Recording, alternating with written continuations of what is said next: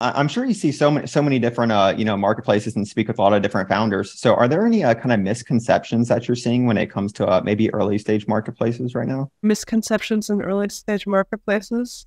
Part of the question is, man, is all the white space gone?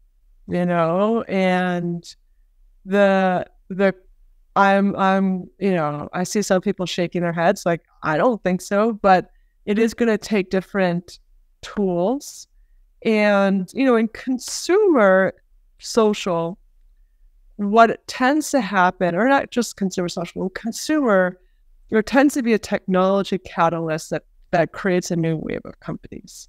The last obvious thing was this guy, but it was, adding the camera, adding the, with GPS, like it was these types of things that created a new, I always think of it as like a palette. Like you have all these components and then the founder sees that palette, it's able to draw something with that. That was like the last, internet getting better, LTE, all those things made a big difference.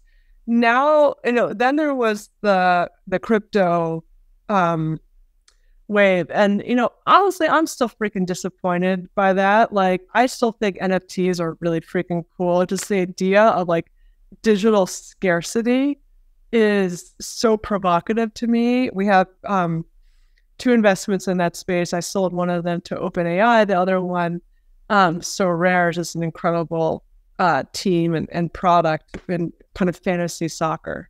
But as you guys all know, that space just got completely consumed by speculation. And I think aided and abetted by some crypto funds. And now we have large language models. And so the question is, does large language model, like, I think a question is like, this is clearly a technology catalyst. I see it completely transforming the type of work people, the type of offerings people can sell.